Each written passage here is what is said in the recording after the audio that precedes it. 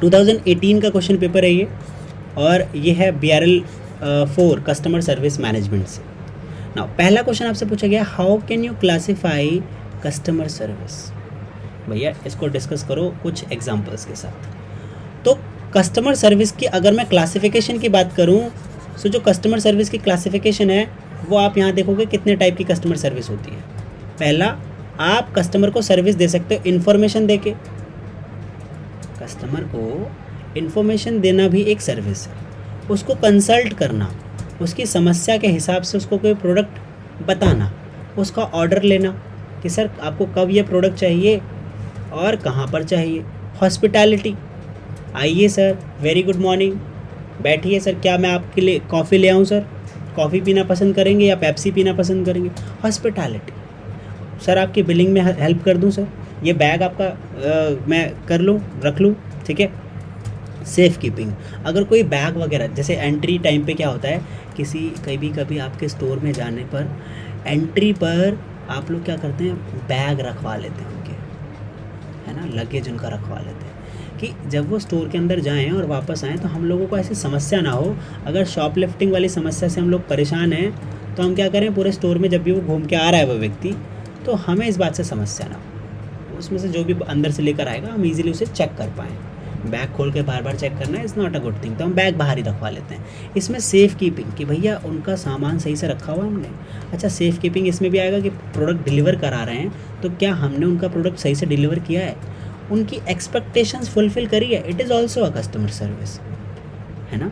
आपका कस्टमर आपसे जब कोई प्रोडक्ट या सर्विस ख़रीदता है तो उसकी एक एक्सपेक्टेशन होती है, जब आप उसे फुलफ़िल करते हैं that is also a customer service. Billing में आप उसकी हेल्प करते हैं, ठीक है, सारे प्रोडक्ट काउंट करा के उसके डिस्काउंट ऐड करा के आप क्या करते हैं, बिलिंग में उनकी हेल्प करते हैं। पेमेंट्स वगैरह में भी आप हेल्प कर देते हैं कि भैया पेमेंट कौन सी तरीके से ले रहे हो आप, और जैसे पेमेंट की मैं बात करूं तो आप क्रेडिट कार्ड से ले रहे हो, ठीक है, आप UPI से यूज़ कर रहे हो, UPI वगैरह से पेमेंट ले रहे हो, मीन ऑनलाइन ले रहे हो, नेट बैंकिंग के थ्रू, ठीक है। आप पेमेंट कैसे ले रहे हो, so mode of payment cheque से ले रहे हो आप, ठीक है, क्लियर। ये सारे के सारे, सो ये सारे पॉइंट जो हैं, ये 8 पॉइंट हैं कस्टमर सर्विसेज के। कस्टमर सर्विस को अगर हमें ब्रॉडली क्लासीफाई करना होगा, so we will have 8 categories. कितनी कैटेगरीज हो जाएंगे हमारे पास, 8। क्लियर गाइज, समझ आ रहा है, ठीक है। अब देखो इन्फॉर्मेशन कौन सी चाहिए होगी उसको। भाई देखो, कोई नया कस्टमर आपके स्टोर में आएगा तो आप ये बताओ, उसको प्रोडक्ट के बारे में जानना होगा कि नहीं जानना होगा, कि उसकी नीड डिमांड पूरी हो जाएगी, है ना, उसको कैसे यूज़ करते हैं, मेंटेन करने में क्या टाइम लगेगा, ये प्रोडक्ट कितने दिन तक चलेगा, ये सब पूछते हैं ना। इन्फॉर्मेशन प्रोवाइड करा रहे हैं हम उसको, ठीक है, क्लियर। पुराने ज़माने में, सर पुराने ज़माने का मतलब देखो ऐसा है कि पहले, अभी थोड़े समय पहले ट्रेडिशनल जो तरीके हैं इन्फॉर्मेशन प्रोवाइड कराने के, हम क्या करते हैं, सपोर्ट लिटरेचर दे देते हैं। आपने देखा होगा कभी भी आप कोई मोबाइल या कोई AC कूलर फ्रिज खरीदते हैं तो उसमें एक पुस्तिका निकलती है, सर पुस्तिका मतलब एक बुकलेट निकलती है छोटी सी, है ना, इन्फॉर्मेशन गाइड निकलती है उसमें से, ठीक है, clear.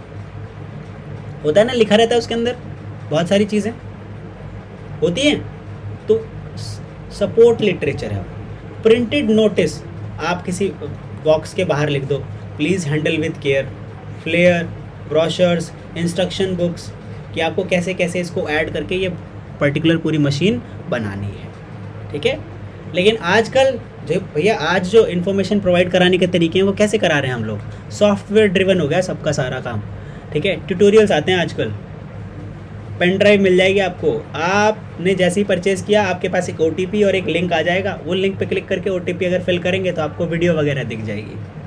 Touch screen video display, computer accessed, built in boards, मतलब जब आप किसी शॉप में जाते हैं, आजकल किसी स्टोर में जाएं, जैसे क्रोमा में चले गए आप, ठीक है, तो वहाँ पर एक स्क्रीन आपकी हेल्प करने के लिए होगी, कंप्यूटर आपके लिए होगा, वो पब्लिक कंप्यूटर है, वहाँ पे आप जाके कोई भी इन्फॉर्मेशन एक्सेस कर सकते हैं, वहाँ पे जाके आप कोई भी इन्फॉर्मेशन एक्सेस कर सकते हैं, क्लियर, दैट इज नाउ तो इस तरीके से आजकल हम लोग क्या कर रहे हैं, इन्फॉर्मेशन शेयर कर रहे हैं।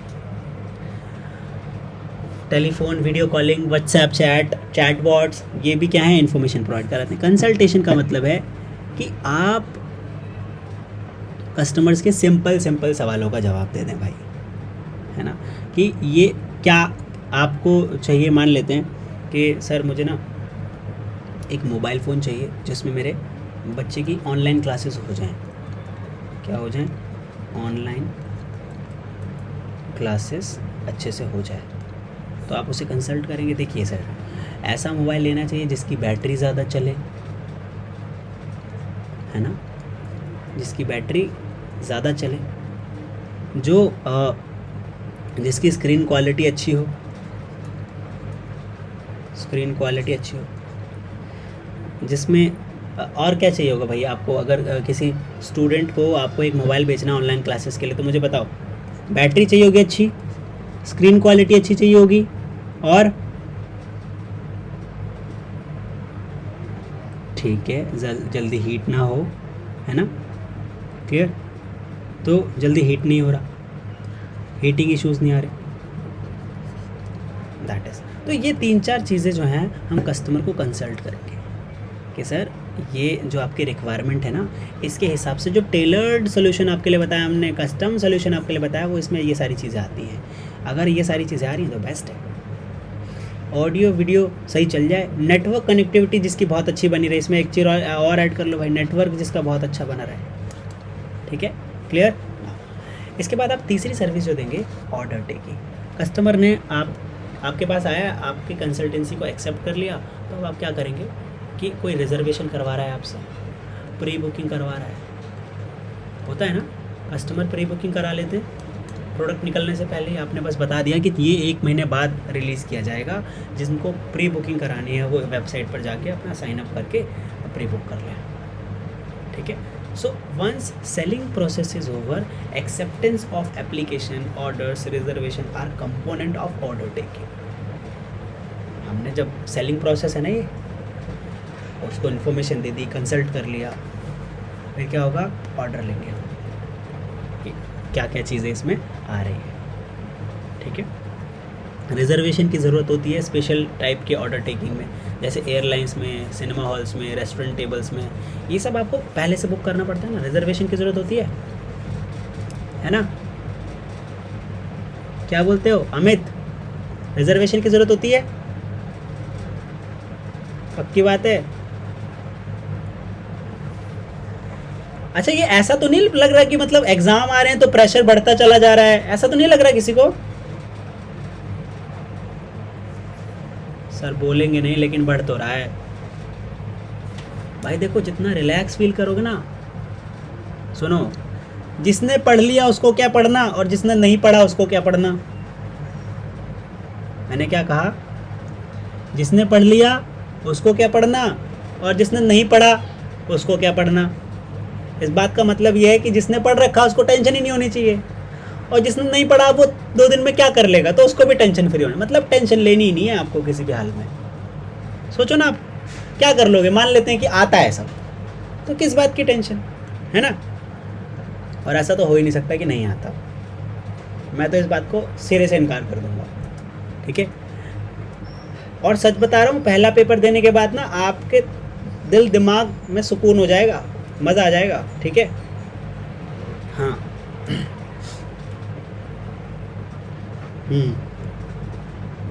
सो नेक्स्ट सर्विस आप प्रोवाइड करेंगे हॉस्पिटैलिटी के अंदर। मतलब जब से कस्टमर आपके पास एंट्री लिया है, एंट्री आया है आपके पास, एंट्री लिया है उसने स्टोर के अंदर, और जब तक वो देखो क्या क्या चीज़ें आपके पास, बाथरूम किट्स अवेलेबल हैं क्या, वेटिंग फैसिलिटी, एमिनिटीज़, लॉन्च वगैरह, waiting area, sitting facility, weather protection. Weather protection का क्या मतलब होता है, बाहर बहुत ज़्यादा धूप हो रही है तो क्या आपके पास ऐसी जगह है जहाँ लोग अच्छा फील कर सकें बैठकर। Magazines, entertainment, newspaper. चलो धूप में तो आदमी एक बार को फिर भी बर्दाश्त करके किसी थोड़ी सी छां जगह में खड़ा हो जाएगा, लेकिन क्या बारिश के समय आपके पास लोगों को रोकने के लिए है कुछ, है ना, कुछ भी हो सकता है, बिजली कड़क गई। तो ये सारी चीज़ें जो आप सर्विस दे रहे हो, ठीक है, वेटिंग एरिया की, मैगजीन्स की, बाथरूम्स की, ठीक है, टॉयलेट्स वगैरह, फूड बेवरेजेस की, these all are added in hospitality, these are elements of hospitality. Clear? Safe keeping. अच्छा, एक बात और ध्यान रखनी है, देखो सेफ कीपिंग में हम अगर ऑफलाइन की बात करें तो कस्टमर आता है आपके पास, आपने पूछा सर आपका नाम, उसने अपना सुंदर सा नाम बता दिया, ठीक है, तो उसके बाद आपने उनका बैग लिया, सर आपका बैग दीजिए, टैग लगाया और उनको भेज दिया, उनका नाम पूछ लिया, थोड़ी डिटेल्स वगैरह आपके पास होंगी, ऐसे धीरे धीरे पूछ के अगली बार नंबर पूछ लेंगे, सर आपका मोबाइल नंबर, एक बार OTP आएगा, ठीक है, मोबाइल नंबर पता चल गया तो सब पता चल जाएगा, नाम वगैरह सब पता चल जाता है, ठीक है। चलिए, तो हमको क्या करना है, उनके बैग के साथ साथ ना हमें उनकी डिटेल का भी ख्याल रखना है जो उन्होंने दिए हमें, हाँ, ठीक है, क्लियर। अच्छा, एक बात और भाई, देखो बैगेज का प्रोविज़न जब हम करते हैं या जो वैल्यूएबल्स वो हमारे पास रख के जाते हैं, सर आप ना ये 2 सामान का ख्याल रखिए, मैं बस अभी दूसरे सेक्शन से होकर आया। चाइल्ड केयर, कभी कभी आप लोग बेबी सिटिंग वगैरह ऐसे प्रोवाइड करा देते हो कि आपके जो शॉपर्स हैं वो ईजिली शॉप कर पाएँ, तो ये भी क्या है, सेफ कीपिंग है, ठीक, क्लियर। आप जब ऑनलाइन डिलीवर कर रहे हो कोई भी प्रोडक्ट, लोगों के घर घर पहुंचा रहे हो, तो आप क्या करो भाई, बढ़िया से एकदम पैकेजिंग वगैरह सारी चीज़ें कैसी होनी चाहिए, बेस्ट, ताकि लोग आपके पास इजीली आ पाएँ और अपनी सर्विसेज आपसे ले पाएँ, ठीक है, क्लियर ना, और उनको कोई समस्या ना हो।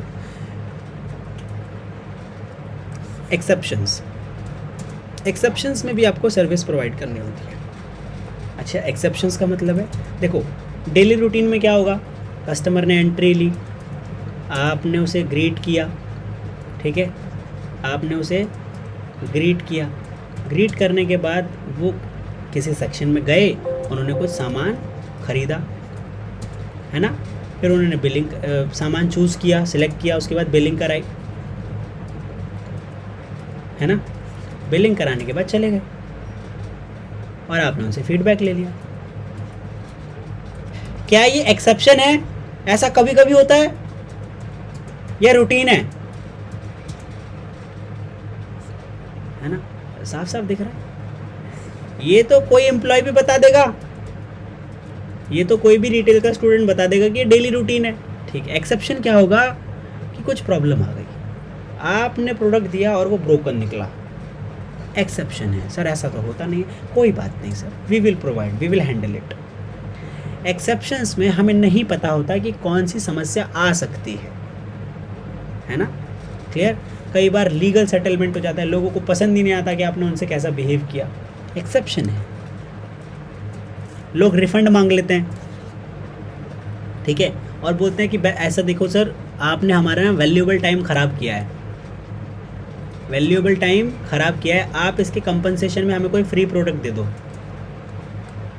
इसके कंपनसेशन में हमें क्या कर दो, कोई फ्री प्रोडक्ट दे दो, है ना। सो ये एक्सेप्शंस हैं। क्या सब लोग ऐसा मांगते हैं क्या कि सर जो आपने प्रोडक्ट, जो आपने हमें सर्विस अच्छी नहीं दी है, इसके बदले हमें पैसा दो?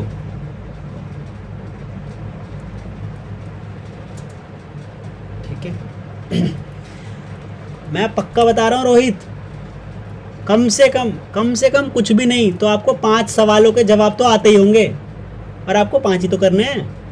8 क्वेश्चन आएंगे, टेक्निकली बोलो तो 9 क्वेश्चन आएंगे एग्जाम में, अभी मैं बताऊंगा कैसे, ठीक है, डोंट वरी। और मैंने कहा था कि आज सुबह हम लोग डिस्कस करेंगे कि आपको लिखना कैसे है।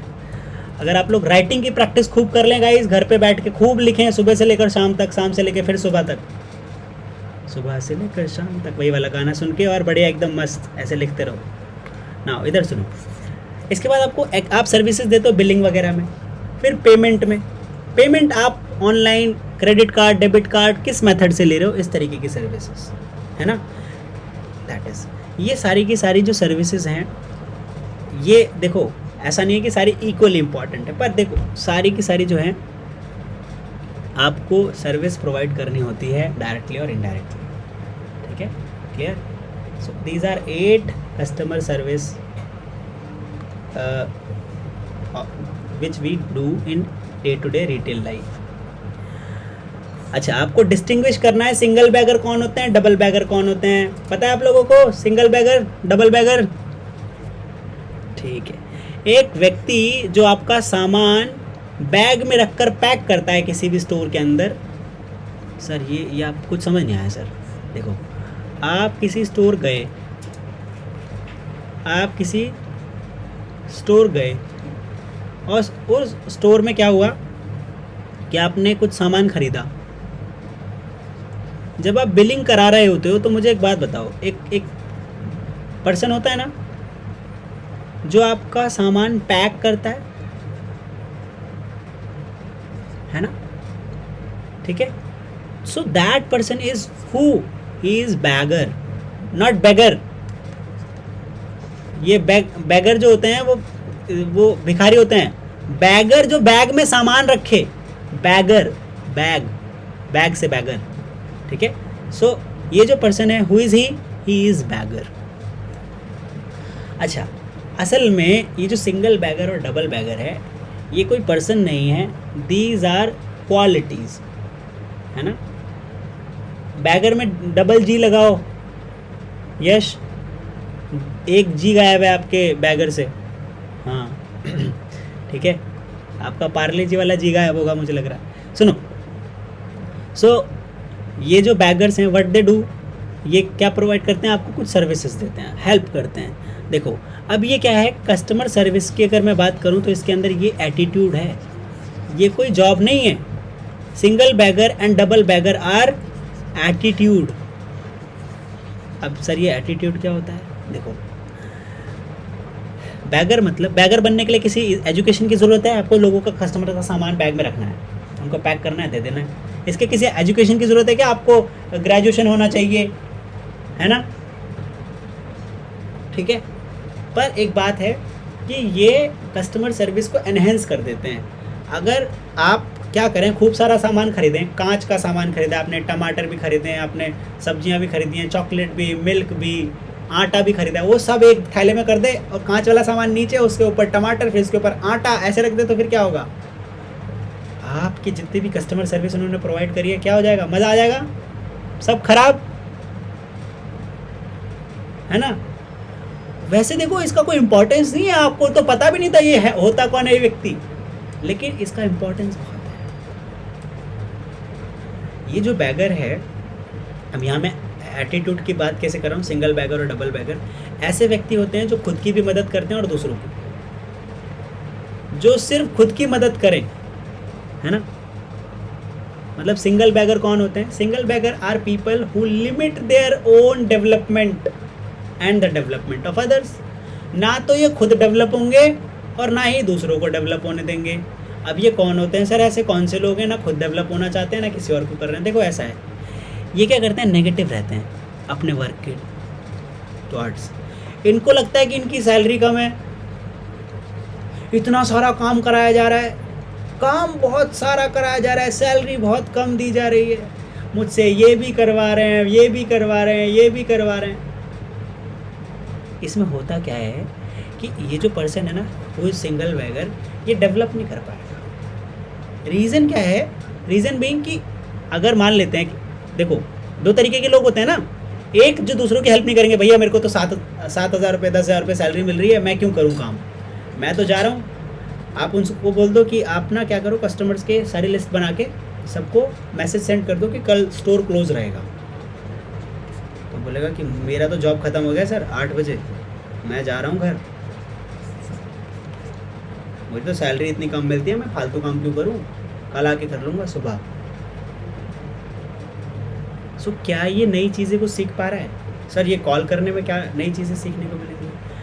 हो सकता है कि जब इस सारे के सारे एम्प्लॉयज़ को कॉल करे, सारे के सारे कस्टमर्स को फ़ोन करे, तो वहाँ से कुछ यूनिक इन्फॉर्मेशन इससे मिल जाए। ये जो इन्फॉर्मेशंस हैं, इन सारी इन्फॉर्मेशन को कलेक्ट करके ही हम लोग क्या करते हैं, बहुत सारी चीज़ सीखते हैं।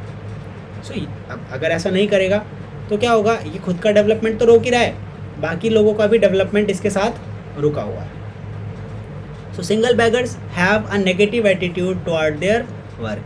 अपने कलीग्स के साथ, मतलब अपने जो दोस्त होते हैं इनके, उनके लिए भी रहता है, अरे यार ये ना अभी फिर आ गया, मुझे परेशान करेगा, अभी कोई फिर हेल्प मांग लेगा, पक्की बात है, देख लो भाई। ठीक है, सो इनको अपनी ज़िंदगी जो है ऐसा लगता है कि बस अब ख़त्म हो गया सब, अब कुछ नहीं बचा, सब मेरा फ़ायदा उठा रहे हैं। ठीक है ना। सो डबल बैगर वो लोग होते हैं, ये खुद भी डेवलप होते हैं और दूसरों को भी डेवलप करते हैं। कैसे? आपने देखा होगा कई बार एंट्री गेट पे कुछ लोग होते हैं, सर आपका थैला उठा लूँ? लाइए सर, बहुत ज़्यादा भारी लग रहा है, मैं कर लेता हूँ। कौन बोल रहा है? गेट कीपर, उसका काम थोड़ी आपका बैग लगेज लेना। Why do he do that? Just because कि आप उसे रिकग्नाइज़ करेंगे, आप उसे कुछ ना कुछ ज़रूर बताएंगे। एक दिन में नहीं, उसे मालूम है कि साहब का एक दिन हेल्प करूँगा तो कुछ नहीं होगा, साहब का रोज़ रोज़ हेल्प करेंगे तो साहब की नज़र में आ जाएंगे। वो छोटा सा व्यक्ति ये बात समझ रहा है, समझता है ना वो ये। ठीक है, so double bagger people are who जो क्या करते हैं कि एक्स्ट्रा बैग लेके चलते हैं, carry with extra, carry an extra bag. Single bagger वाले लोग पता क्या बोलेंगे? हमारे पास तो दो ही हाथ दिए हैं भगवान ने, अब ये कर लूँ या वो कर लूँ। लेकिन डबल बैगर बोलेंगे सर रुक जाओ, मैं बस इसे करके तुरंत आ रहा हूँ आपके पास, मैं अभी कर देता हूँ। ठीक है, clear? So these are attitude of customer service. ठीक है, clear? Now what are the differences between good customer service and bad customer service? देखो भाई, गुड कस्टमर सर्विस में जो भी लिख लेना ना, उसका अपोजिट लिख देना बैड में, बस एक ही याद कर लो, चाहे बैड याद कर लो चाहे गुड याद कर लो। अब ऐसे कैसे कर सकते हो? आप अपने किसी शॉपिंग बिहेवियर को याद करना और ये याद करना जिसने अच्छी सर्विस दी होगी तो उसकी पॉजिटिव यादें आपके साथ रह गई होंगी ना। कैसे उन वाले अंकल ने मेरी हेल्प कर दी जब मैंने कुछ सामान खरीदा और वो वहीं टूट गया, उन्होंने मुझे दोबारा रिटर्न दे दिया बिना पैसे लिए। याद आते हैं ना वो स्टोर कीपर लोग आते हैं, वो सेल्स पर्सन जिनके सामने हमने अपना पूरा का पूरा वो थैला ख़राब कर दिया, उन्होंने फिर से दोबारा नया दे दिया, कोई पैसे नहीं मांगे हमसे, बल्कि उनका तो नुकसान हो ही गया होगा। तो ये एक पॉजिटिव मेमोरी है ना आपकी उनके साथ, और ऐसा जीवन में आपके साथ कभी ना कभी तो हुआ होगा, स्कूल टाइम, कॉलेज टाइम, ठीक है, रिटायरमेंट के टाइम, है ना, रिटायरमेंट में हो गए हो आप लोग तो खैर यही दिन तो याद आते हैं, हाँ, है ना। चलिए, सो अच्छी कस्टमर सर्विस में आपके पास एक पॉजिटिव मेमोरी रहती है, आप कस्टमर्स की नीड को मीट करते हो और कस्टमर्स की एक्सपेक्टेशन को एक्सीड करते हो, है ना। बैड कस्टमर सर्विस में नेगेटिव मेमोरी छूट जाती है। उस आदमी ने ना मेरा बिल भी, एक तो बिल बना था 790 रुपये का, उसने 10 रुपये टैक्स लगा के, मतलब 790 रुपये का 10 रुपये का थैला पकड़ा दिया। बताओ, मुझे ख़रीदना नहीं था, मैं मना कर रहा था, बोला छुट्टे नहीं है, मैंने बोला बाद में ले लूँगा, कह रहा है नहीं अभी लेना पड़ेगा। तो नेगेटिव मेमोरी आ जाएगी ना आपकी उसके लिए। जो भी आपके साथ ये इंटरेक्शन हुआ है, इस इंटरेक्शन में आपके पास नेगेटिव मेमोरी ही बचेगी। Now do not even meet the basic customer expectation. आप अगर किसी बैड कस्टमर सर्विस आपने ली है, बैड कस्टमर सर्विस का मतलब है कि आप क्या करें, आपने एक सिम निकली थी Aircel, have you guys heard Aircel, है ना, एयरसेल, ठीक है। सो एयरसेल वाज द कंपनी जो आपको एज नेटवर्क पे मतलब एज नेटवर्क पे और GPRS वगैरह पे आपको इंटरनेट वगैरह प्रोवाइड करती थी और बहुत सस्ते दामों में बहुत सारा मिलता था। अब हुआ क्या कि धीरे धीरे क्या हुआ, इनकी जो कस्टमर सर्विस है ना वो ख़राब हो गई। मतलब इवन इनके कॉल नहीं लग रहे लोगों के पास, ठीक है, इंटरनेट चल ही नहीं रहा। लोगों ने सिम किस लिए ली है? एड ऑन सर्विसेज के लिए थोड़ी, है ना, क्लियर। फिर वो गायब हो गई। क्यों? क्योंकि लोगों ने पसंद ही नहीं किया। जो लोग पसंद नहीं करते ना, एलिमिनेट हो जाती है वो चीज़, ख़त्म कर देते हैं उसे मार्केट से, ठीक है। एक अच्छी सर्विसेज अगर आप प्रोवाइड करेंगे तो आपके कस्टमर्स लॉयल हो जाएंगे और आपके कस्टमर्स बार बार वापस भी आएंगे, रिटर्निंग कस्टमर्स, ठीक है। बैड कस्टमर सर्विस अगर आप प्रोवाइड कराएंगे तो इनडिफरेंट हो जाएंगे, मतलब कभी आपसे ले रहे हैं, कभी किसी और से सामान खरीद रहे हैं, कभी किसी और से सर्विसेज ले रहे हैं, नॉन रिटर्निंग, आपके पास जल्दी वापस नहीं आएंगे। जब एकदम ज़्यादा मतलब आपके सिवा काम हो ही नहीं रहा होगा तभी वापस आएंगे, ठीक है, क्लियर ना। गुड कस्टमर सर्विस गेन्स मोर कस्टमर। आपके ज़्यादा से ज़्यादा कस्टमर्स आते रहते हैं। बैड कस्टमर सर्विस में आप कस्टमर्स को लूज़ कर देते हो, कस्टमर्स को लूज़ कर देते हो।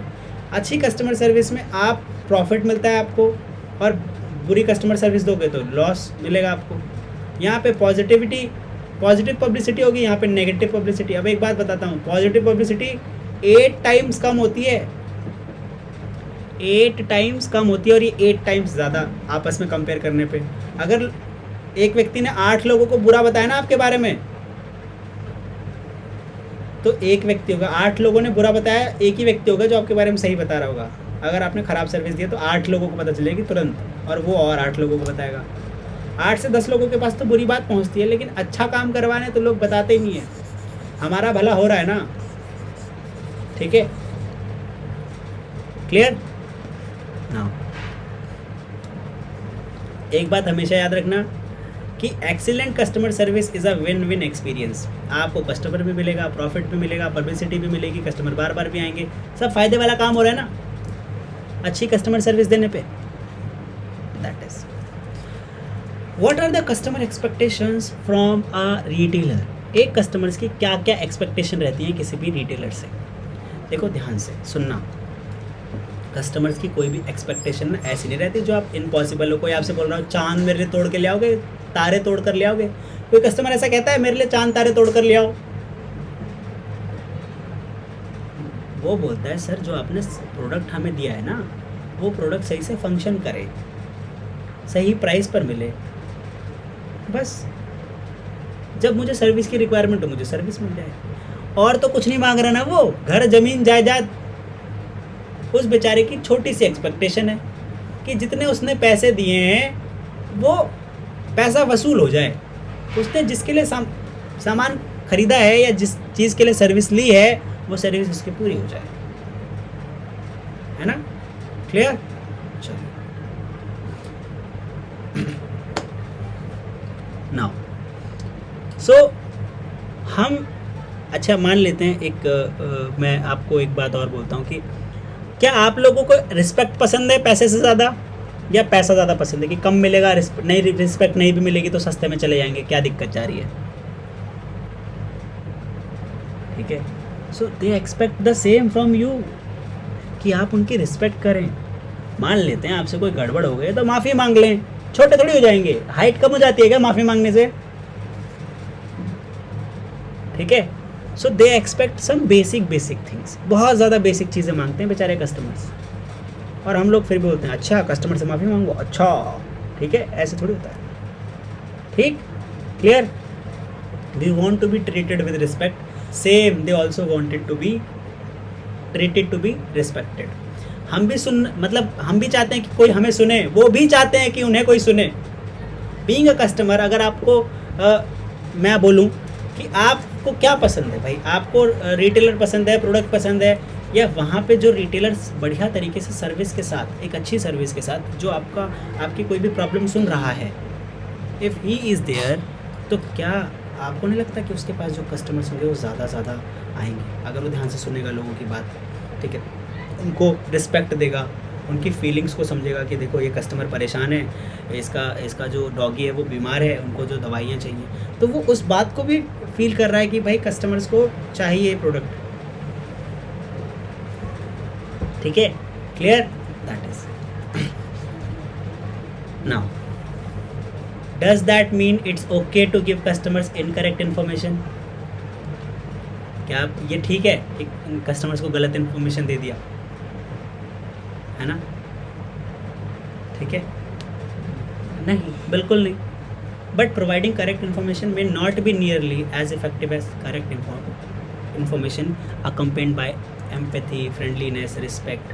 अच्छा, किसी को आप ना झूठी एम्पैथी दिखा के, फ्रेंडलीनेस दिखा के, रिस्पेक्ट के साथ कोई गलत इन्फॉर्मेशन दे दो, रिस्पेक्ट के साथ एम्पैथी दिखा के, दोस्त बना के उसको गलत इन्फॉर्मेशन दे दो, क्या ये सही बात है ना। पर अगर ये आपका झूठ खराब हो जाएगा। लेकिन आपको नहीं लगता कि अगर नॉर्मली मैं इन्फॉर्मेशन प्रोवाइड करा रहा हूँ, एक नॉर्मल इन्फॉर्मेशन,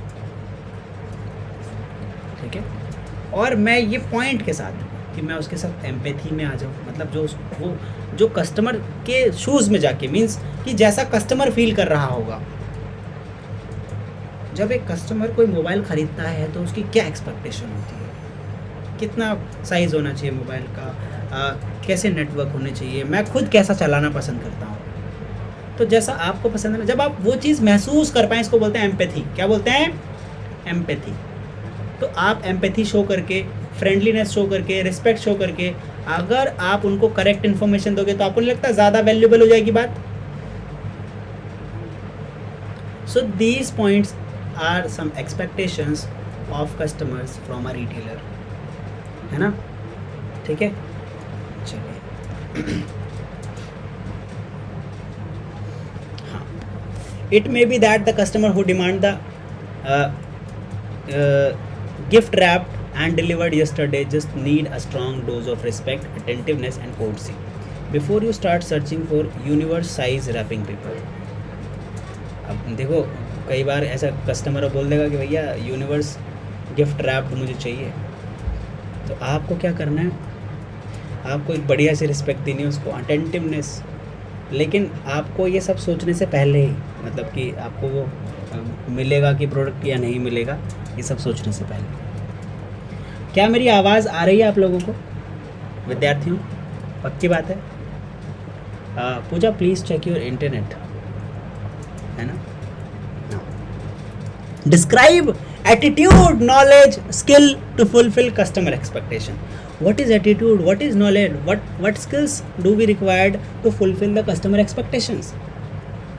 कौन सा एटीट्यूड शो करना चाहिए हमें कस्टमर्स को, हमें कौन कौन सी नॉलेज होनी चाहिए और हमारे पास कौन सी स्किल होगी जिससे हम कस्टमर्स के एक्सपेक्टेशंस टाइमली और इफेक्टिवली फुलफिल कर पाएंगे।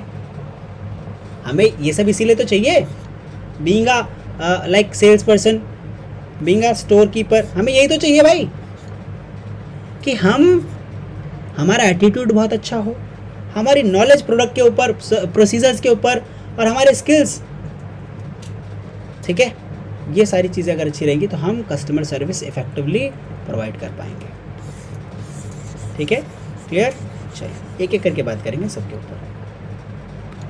नाउ हमारा एटीट्यूड कैसा होना चाहिए? Positive, attentive, energetic, proactive. Proactive मतलब कस्टमर ने क्या किया, कस्टमर ने शू खरीदा, हमने बोला कि अच्छा ये पहले ना सॉक्स भी देख रहा था, तुरंत जाकर शूज़ उसने सिलेक्ट कर लिया, तो आप क्या करें, आपने सॉक्स लिया है,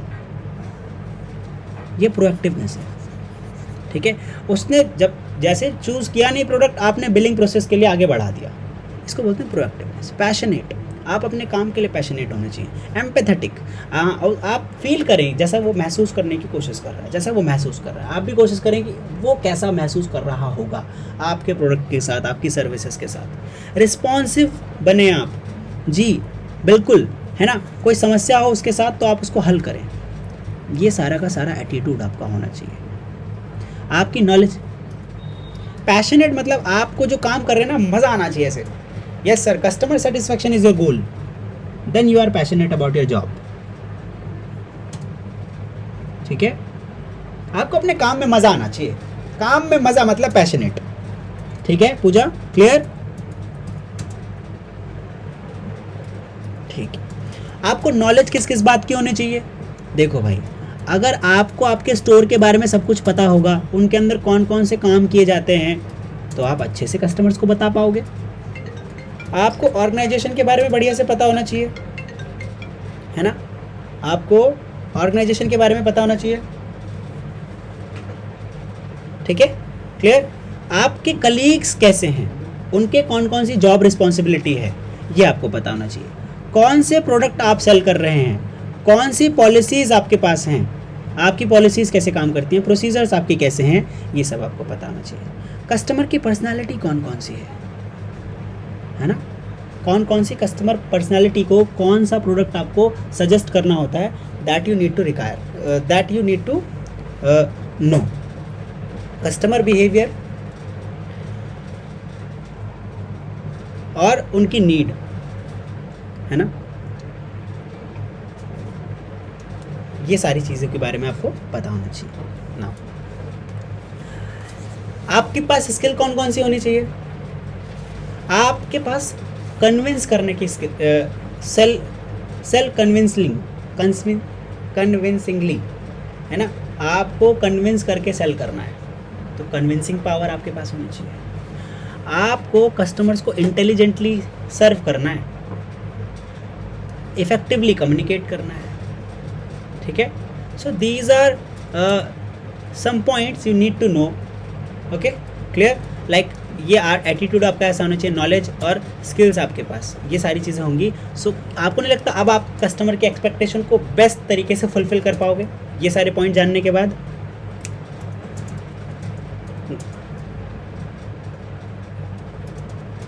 पूरे नंबर मिलेंगे? देखो वैसे अगर आप लिख दोगे, कभी कभी क्या होता है कि क्राइटेरिया ना, शब्द मैच करने वाला जो रहता है वो थोड़ा सा ख़राब हो जाता है, कि मतलब वो चाहते हैं कि शब्द मैच करो, आप कम से कम थोड़ा लिखें तो आप, ठीक है। लेकिन अगर आपके पास समय नहीं है और आपने ये बना दिया है, तो फिर एक्सपेक्ट कर सकते हैं कि आपको 5 में से 4 नंबर तो बड़े आराम से मिल जाएंगे, काट ही नहीं सकते हो। हाँ, उसको बार बार लिख दो और पॉजिटिव की जगह थोड़ा बता दो कि you must be positive, you must be attentive, you must be energetic, ऐसा, ठीक है। सेम मत लिखना, अलग अलग लाइन लिखते चले आना, वरना सेम लाइन लिखी होगी तो आपको नहीं लगता कि वो ऐसे डिसेप्टिव लगेगा कि धोखा दे रहे हो आप आंसर चेकर को, ठीक है। चलिए, व्हाट इज सर्विस क्वालिटी? आपको 2 डायमेंशन बताने सर्विस क्वालिटी के। सौम्य यही क्वेश्चन था आपका? हाँ, ये समझ आया बाद में आपको? ठीक है, चलिए now so let's talk about, पहला इसमें 2 सवाल हैं, ये बता भी रहे हैं हम किसको कितने नंबर देंगे। सर्विस क्वालिटी को 3 नंबर से ज़्यादा में डिफाइन मत करो, और जो इसकी दोनों डायमेंशन है ना, इसके आपको 7 नंबर देंगे हम, ठीक। तो हम इनको इतना ही लिख के देंगे, 3 नंबर वाले को 3 नंबर के हिसाब से, 7 नंबर वाले को 7 नंबर के हिसाब से। 3 नंबर बोले इन्होंने, हमने 3 डेफिनेशन लिख दी, मतलब ऐसा नहीं ज़बरदस्ती 3 लिख लोगे, जितना आता है आपको उतना लिख दो। सर्विस क्वालिटी क्या है? सर्विस क्वालिटी की सिंपल डेफिनेशन अगर मैं बात करूं, फिटनेस टू पर्पस, जिस पर्पस से वो प्रोडक्ट खरीदा जा रहा है उस पर्पस में वो फिट आ रहा है कि नहीं। मान लेते हैं कि मुझे एक पेन खरीदना है और मुझे उससे कुछ लिखना है, तो अगर मैं पेन खरीदूंगा और मेरा जो पर्पस है वो बेस्ट इफेक्टिव तरीके से पूरा हो रहा है, मैं बहुत अच्छे तरीके से लिख पा रहा हूँ, मेरे हाथ पे ग्रिप बढ़िया बन रही है, मेरे लेटर सही से लिखे जा रहे हैं, मुझे कोई समस्या नहीं हो रही उसमें, तो आपको नहीं लगता कि बेस्ट क्वालिटी है ये उस प्रोडक्ट की? जिससे ऐसा हो रहा है कि मैं बहुत अच्छे से लिख पा रहा हूँ, मुझे ग्रिप बढ़िया लग रही है, ठीक है, देखने में भी अट्रैक्टिव है, काम करने में भी सही लग रहा है, सो वो क्या होगा, वो क्वालिटी प्रोडक्ट हम उसे बोलेंगे, क्योंकि उसका पर्पस फिट हो रहा है। A simple definition of quality is fitness to purpose, ठीक है। The service offered shall in totally fit exactly as per the requirements and expectation of customer. Quality को ऐसे भी देखा जाता है कि कितनी कस्टमर की एक्सपेक्टेशन वो फुलफिल कर रही है, उसका मैच कितना है कस्टमर एक्सपेक्टेशन से, ठीक है। नाउ सो आपकी जो क्वालिटी है वो रिलेट करती है कॉस्ट कितनी है, उससे कितना प्रॉफिट हो रहा है, कस्टमर कितना सेटिस्फाइड है, कस्टमर के रिलेशन कितने अच्छे डेवलप किए हैं, बिहेवियरल इंटेंशन कैसा बना है आपके कस्टमर का आपके लिए, पॉजिटिव वर्ड ऑफ माउथ वो आगे बता रहा है या नहीं, ऐसे बहुत सारी चीज़ें इससे क्वालिटी जो है आपकी रिलेट करती है। परशुरमन, ज़ातमल एंड बेरी ने कस्टमर सर्विस को डिफाइन किया है, सर्विस क्वालिटी को डिफाइन किया है, the extent of discrepancy between customer expectation और डिज़ायर एंड देयर परसेप्शंस, ठीक है। ये कह रहे हैं कि जितना ज़्यादा मतलब जिसमें डिस्क्रिपेंसी है ना, किसमें, एक्सपेक्टेशन और परसेप्शन में, जो एक्सपेक्टेशन है और जो परसेप्शन है, मतलब जो वो सोच रहे हैं ना और जो असल में है, मतलब जो वो एक्सपेक्ट कर रहे हैं और जो उन्होंने सोच रखा था, उन दोनों में जितना डिफरेंस आ रहा है ना, जैसे मान लेते हैं कि मैंने क्या सोचा कि ये जो चॉकलेट है वो थोड़ी कड़वी होगी, लाइक अमूल डार्क चॉकलेट, मेरा परसेप्शन था कि कैसी है कि ये जो चॉकलेट होती हैं मीठी होती हैं, सारी सारी चॉकलेट हम लोग जो भी नॉर्मल चॉकलेट खाते हैं, they all are sweet, is it? But ये कैसा होता है ये तो आपको पता है, जिसने जिसने खाया भाई अमूल डार्क चॉकलेट, सर एकदम मस्त, ठीक है, ये तो बहुत बढ़िया लगती है। तो मैंने क्या सोचा, ये मेरा परसेप्शन क्या है, सारी चॉकलेट, अभी मैं पहली बार अगर मान लेते हैं कोई व्यक्ति चॉकलेट खा रहा है, उसने अमूल डार्क खरीद ली गलती से, तो उसको डार्क चॉकलेट के बारे में अगर कुछ नहीं पता तो उसकी एक्सपेक्टेशन क्या रहेगी?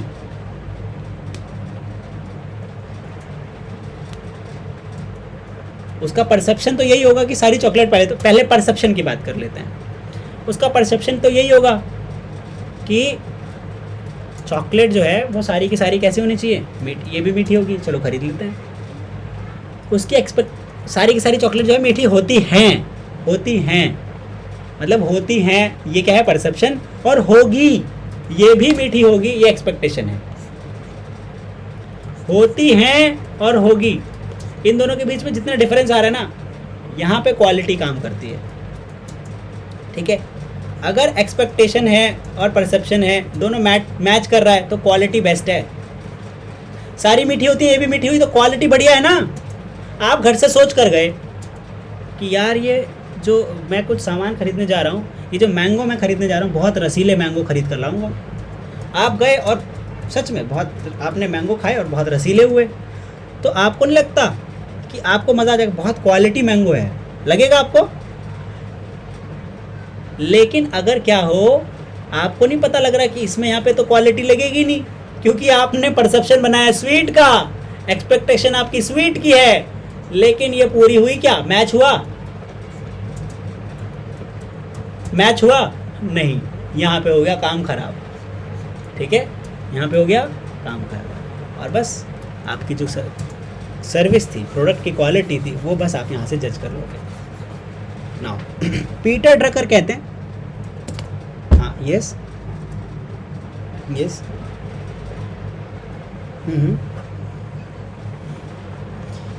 किसी भी सर्विस, किसी की भी, चाहे वो प्रोडक्ट की बात कर लो, चाहे वो सर्विस की बात कर लो, सर्विस क्वालिटी मतलब सर्विस क्वालिटी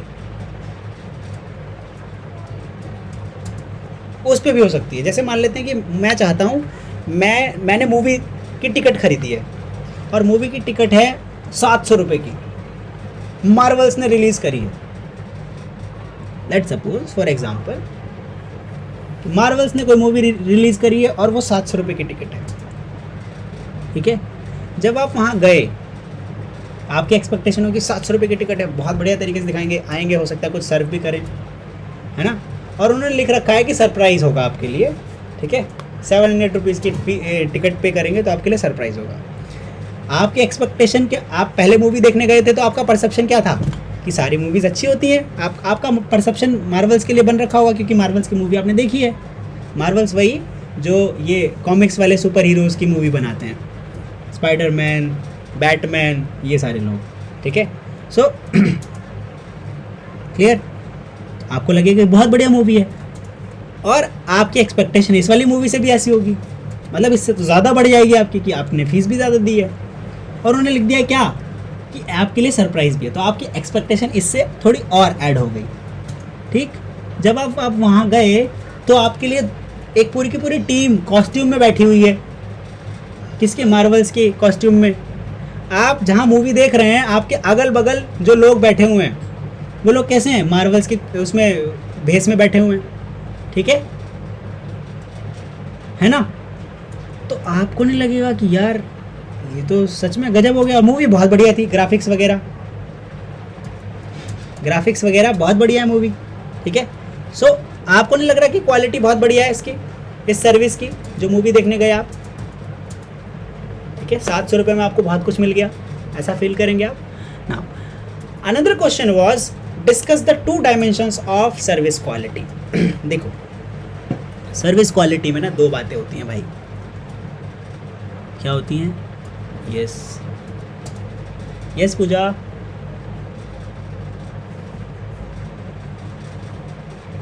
कोई बात नहीं, बट डेफिनेशन लिख कर चले आना, ठीक है।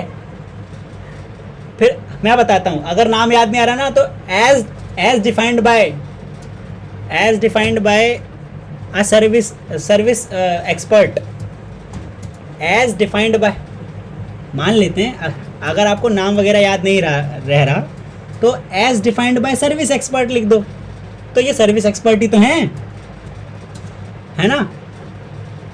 As defined by retailing expert, गलत तो नहीं कह रहे आप वहां पे, ये गलत तो नहीं है, बस आपको नाम याद नहीं है बस, ठीक है। दैट इज नाउ सो ग्रून रोज का ना परसीव्ड सर्विस क्वालिटी मॉडल है, ये जो यहाँ पे दिख रहा है परसीव्ड सर्विस क्वालिटी मॉडल। अच्छा, जो आपकी सर्विसेज होती हैं वो दो तरीके की होती हैं, दो डायमेंशंस होते हैं किसी भी सर्विस क्वालिटी के। पहला होता है कि टेक्निकल क्वालिटी कैसी है उस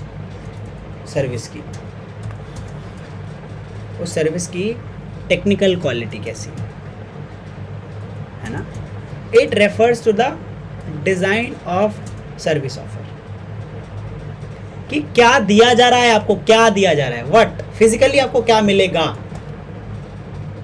और वो कितना काम, उसकी जो पोटेंसी है वो कितनी है,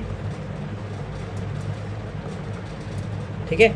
मान लेते हैं मैंने एक बल्ब खरीदा, वो बहुत ज़्यादा तेज जल रहा है ठीक है, बिजली कम ले रहा है, ठीक है, क्लियर। तो ये उसका पोटेंशियल है ना कि वो ज़्यादा लाइट दे रहा है, बिजली कम ले रहा है, तो ये हमको मिलेगा, बिजली कम लेगा और ये लाइट ज़्यादा एमिट कर रहा है।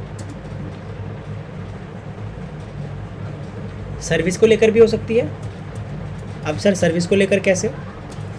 हाँ, दोनों को, जब भी मैं क्वालिटी वगैरह की बात कर रहा हूँ तो दोनों की बात कर सकते हैं आप इसमें। जैसे यहाँ पर एक एग्जांपल माय अपॉलॉजीज, जैसे यहाँ पर एक एग्जांपल दे रखा है, a retailer did not provide for customer service counter in his mall.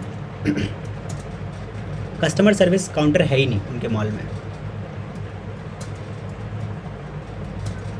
तो आपको नहीं लगता कि उनकी टेक्निकल क्वालिटी में ये डिफेक्ट की तरह काम करेगा? ये डिफेक्ट की तरह काम करेगा कि नहीं है ना, ठीक है। Now so the customer who did not find the customer service may not seriously count it as assessing quality, quality की तरह उसे देखेंगे नहीं वो। तो ये एक टेक्निकल क्वालिटी है जो हमें फिजिकली दिखेगी। जो फंक्शनल क्वालिटी है कि उन्होंने एक ऑफर क्या क्या किया है, क्या क्या मिलेगा आपको इसके साथ। जैसे some ACs in showroom are not functioning, कुछ एम्प्लॉयज़ इनअटेंटिव हैं, वो ध्यान ही नहीं दे रहे आपकी बात को। प्रोडक्ट रैक में नहीं रखे हुए हैं, यहाँ वहाँ रखे हुए, एक ही जगह बहुत ज़्यादा ढेर लगा हुआ है प्रोडक्ट का, है ना, जो दूर से ही दिख रहा है। तो आपको लग रहा है कि यहाँ पे काम बहुत ज़्यादा अच्छा हुआ है, इफेक्टिव, है ना। जब मैं यहाँ फंक्शन की बात करूँ, कैसे काम किया है, व्हाट एंड हाउ, व्हाट में आपको क्या मिलेगा, ये टेक्निकल क्वालिटी है। And how it works,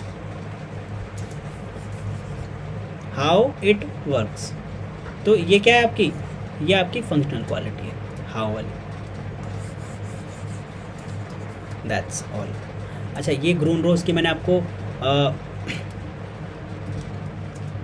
service quality model नहीं बताया। देखो, ग्रून रोज ने बोला कि जब भी कोई डायमेंशंस होते हैं सर्विस क्वालिटी के, वो होते हैं रिलायबिलिटी, रिस्पॉन्सिवनेस, अश्योरेंस, एम्पैथी, टेंजिबल्स। इससे क्या होता है, एक आपकी एक्सपेक्टेड सर्विस होती है, आप कुछ सोच कर जाते हो। किसी से सुना होगा आपने चॉकलेट के बारे में कि यार चॉकलेट्स ना मीठी होती हैं, आपको भी लगा कुछ मीठा खा लेते हैं, और आपने पहले एक आध बार कभी किसी के साथ खाई थी चॉकलेट, तो आपको लग रहा होगा कि यार चॉकलेट बढ़िया होगी। अब आपको मिला क्या परसीव्ड सर्विसेज में? कड़वा।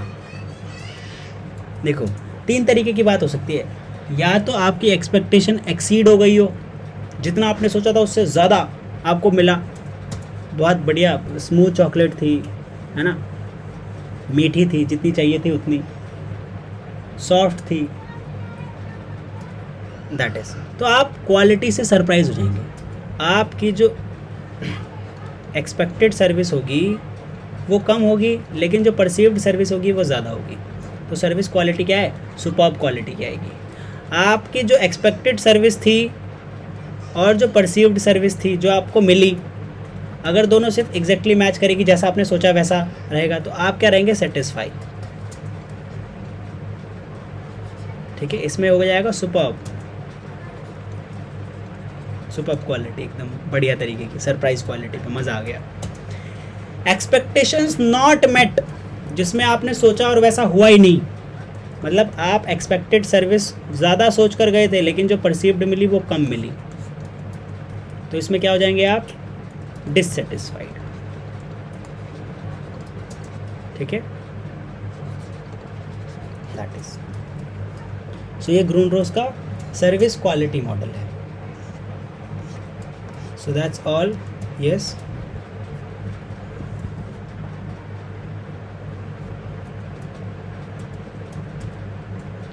नहीं, आपने क्या सोचा और क्या मिला?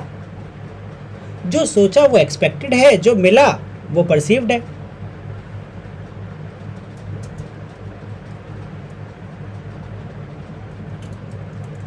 देखो आपको मिला क्या, मैं वही तो बता रहा हूँ, 3 डायमेंशन है। हो सकता है आपने सोचा,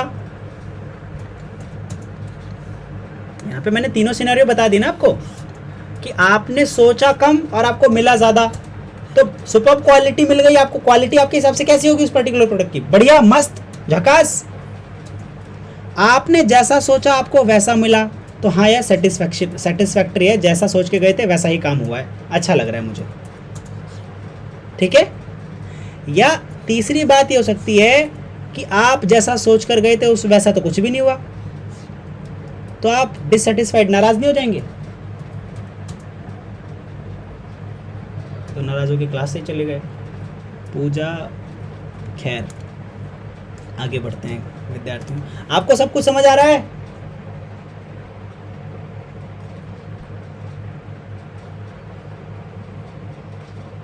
मैं इसी की तो बात कर रहा हूँ। डायमेंशंस में 2 तरीके की डायमेंशंस होती हैं, एक टेक्निकल क्वालिटी होती है और एक फंक्शनल क्वालिटी होती है बच्चे। ऋषभ, हाँ। अच्छा, यहाँ पे ये ओके, तो ये है रिलायबिलिटी, रिस्पॉन्सिवनेस, अश्योरेंस, एम्पैथी, टेंजिबल्स। कितना रिलायबल आप समझते हैं उस पर्टिकुलर प्रोडक्ट को। आपकी रिलायबिलिटी ज़्यादा होगी तो आपकी सर्विस क्वालिटी अच्छी हो जाएगी। रिस्पांस बहुत अच्छा मिलेगा तो आपकी सर्विस क्वालिटी, आप उस पर ज़्यादा भरोसा कर पाएंगे। अश्योरेंस आपको मिल रहा है, एम्पैथी आपके साथ हो रही है, कुछ टेंजिबल्स जैसे उसका प्राइस, ठीक है, साइज़, ये सारी की सारी क्या है, चीज़ें टेंजिबल हैं। तो इसके हिसाब से भी आपकी सर्विस क्वालिटी पे इफेक्ट पड़ता है। इसके हिसाब से आप क्या करते हैं, कोई सर्विस को एक्सपेक्ट करते हैं कि आपको कौन सी सर्विस मिलेगी, और फिर आपको कोई सर्विस मिलती है, इवेंचुअली आप उस सर्विस को परसीव करते हैं। So that is perceived service. ठीक है, क्लियर? नाउ हम अपने अगले क्वेश्चन की तरफ बढ़ते हैं, क्योंकि थोड़ा सा मुझे लग रहा है कि समय ज़्यादा हो रहा है। ऐसा तो नहीं है गाइस, समय ज़्यादा तो नहीं हो रहा?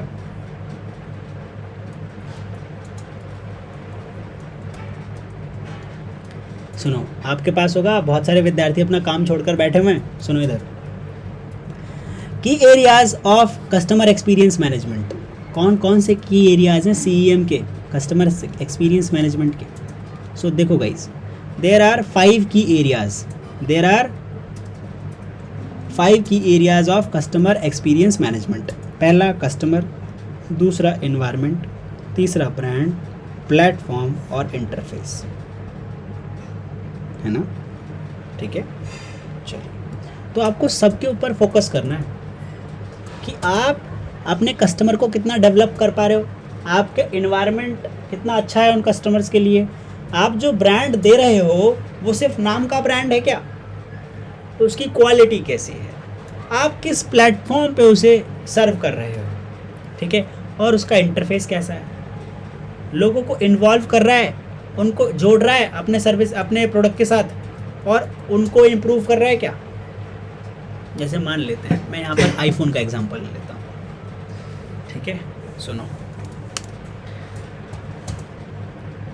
जो कस्टमर्स हैं उनकी डिमांड अलग तरीके की होगी, है ना। तो हम क्या करेंगे, सबसे पहले इनकी डिमांड्स को समझेंगे।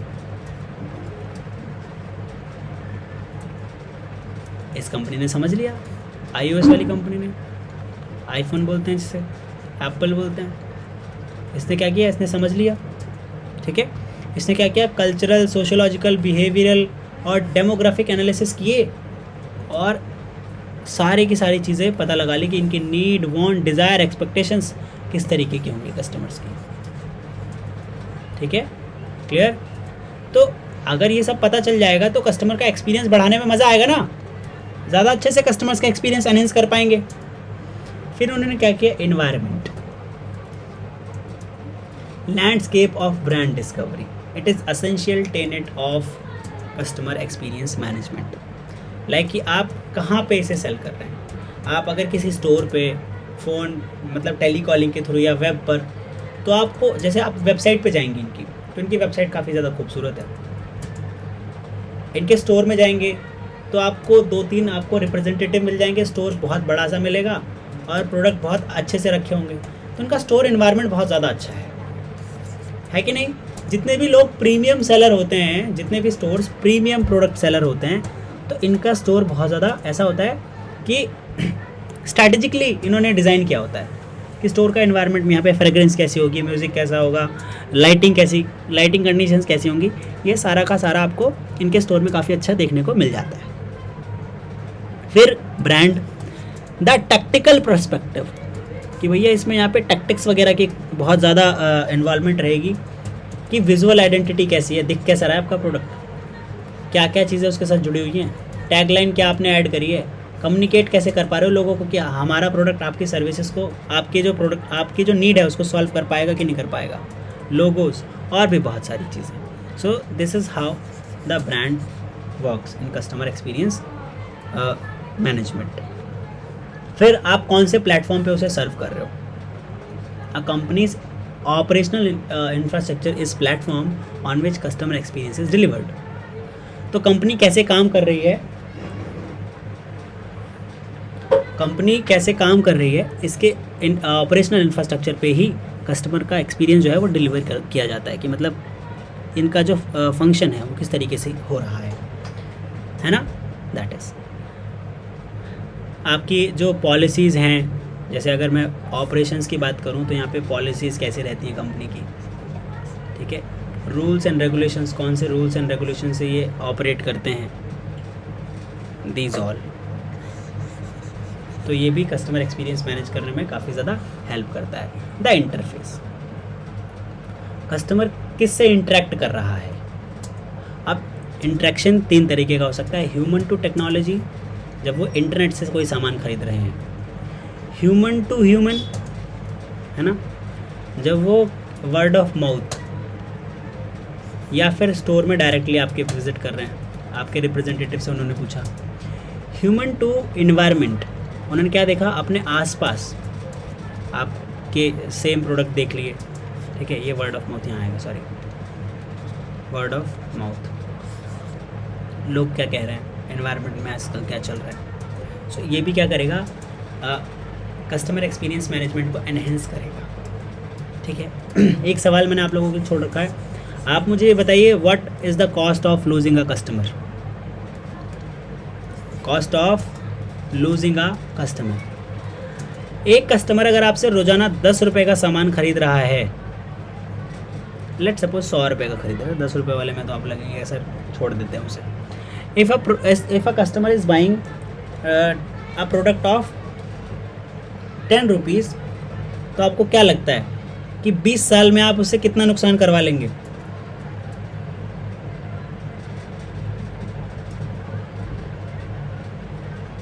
गाइज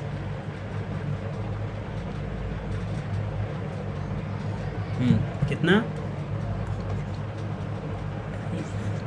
एक दिन में है ये 100 रुपये का सामान खरीदता है डेली। हाँ,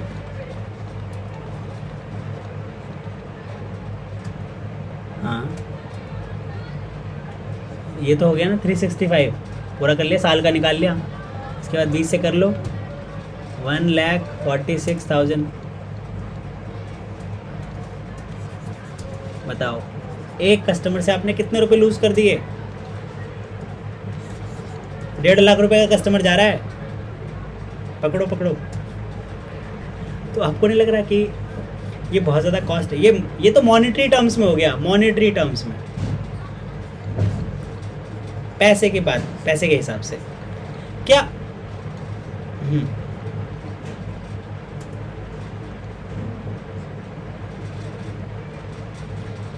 10 times it is more expensive. अगर आप किसी नए कस्टमर को एक्वायर करने जाएंगे, so it is 10 times more expensive कि आप पुराने कस्टमर को क्या करें, रिकवर कर लें।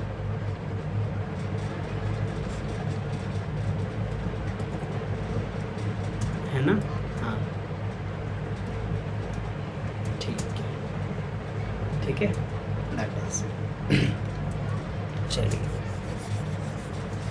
Now so discuss the ladder of loyalty with suitable example.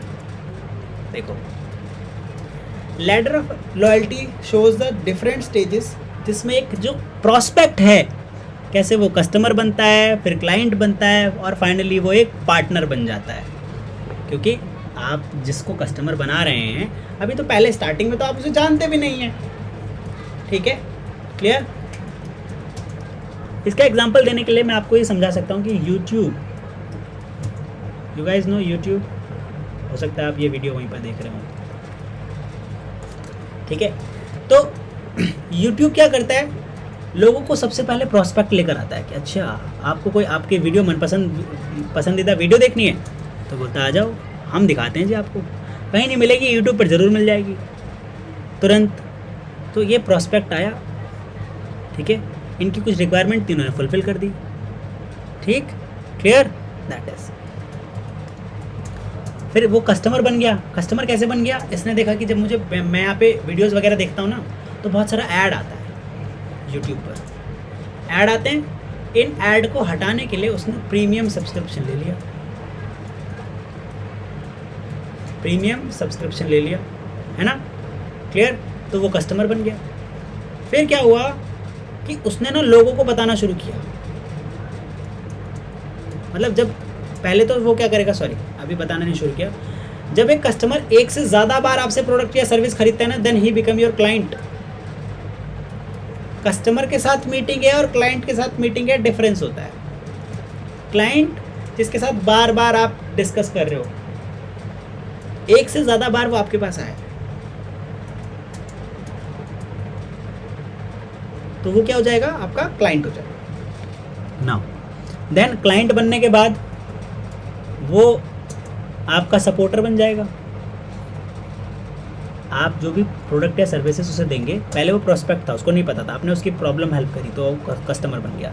Customer से क्लाइंट, बार बार आ रहा है, रिटर्निंग कस्टमर हो गया, लॉयल भी बोल सकते हैं, ठीक है, लॉयल कस्टमर। यहाँ पे अगर मैं बात करूँ तो लॉयल कस्टमर बन गया वो आपका, ठीक है, जस्ट लॉयल कस्टमर बन गया। नाउ फिर वो क्या हो गया, सपोर्टर। सपोर्टर से एडवोकेट। सपोर्टर कौन होते हैं? आप ऐसा बाकी लोगों को बता रहे कि आप ना ऐसा करो, यूट्यूब पर वीडियोस देख लिया करो।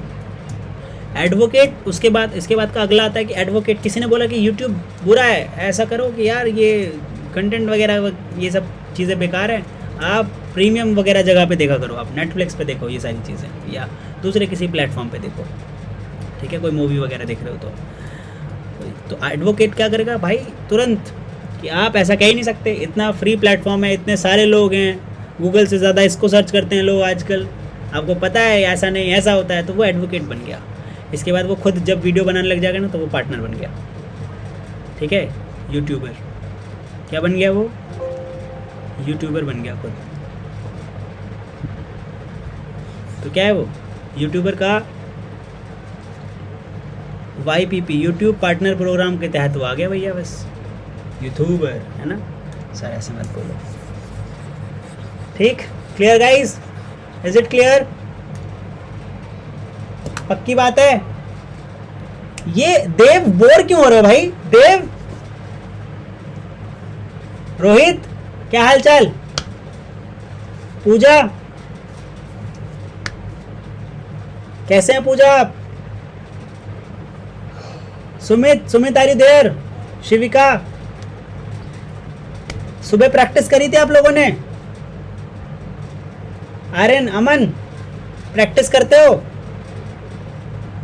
कहाँ करते हो? मुझे तो कुछ आया ही नहीं आज तक। 3 साल हो गए इस बात को। हम भी कहते कहते थक गए, ये भी कहते कहते थक गए। तो करो फिर, कर रहे हो प्रैक्टिस अमन? पक्की बात है? मुझे फीलिंग नहीं आ रही ऐसा कि अमन होमवर्क कर रहे हैं। ऐसी फीलिंग मुझे क्यों नहीं आ रही? काजल, प्रैक्टिस हो रही है? ठीक है।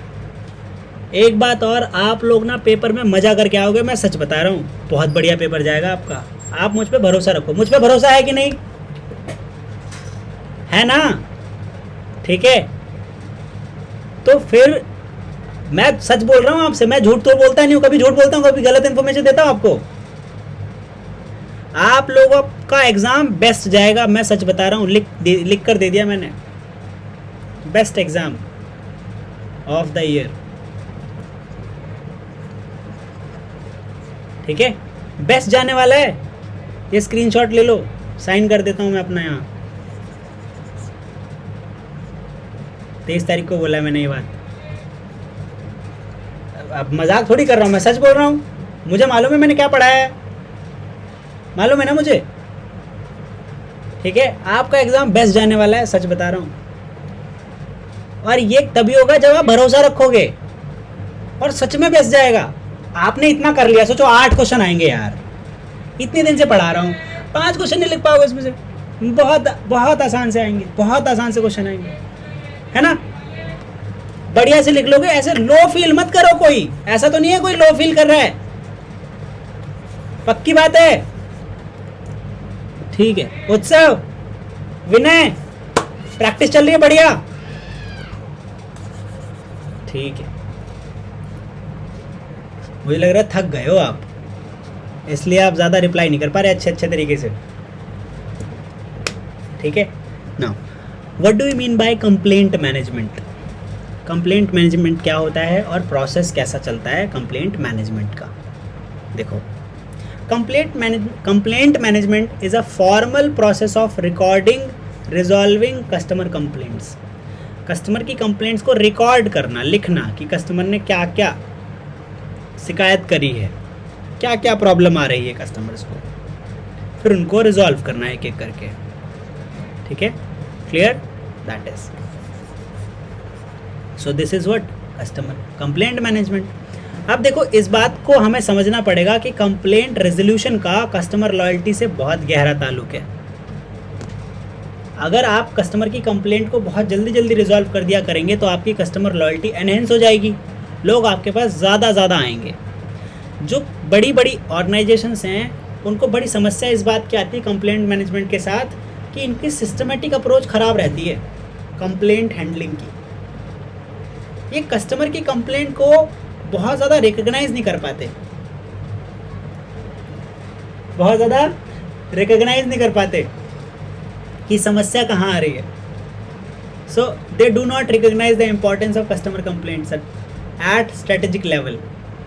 दे आर इल इक्विप्ड का मतलब ज़्यादा ऐसे इक्विपमेंट नहीं है जिससे कस्टमर्स का फीडबैक पता कर सकें, कस्टमर्स को क्या समस्या हो रही है इस बारे में पता कर सकें।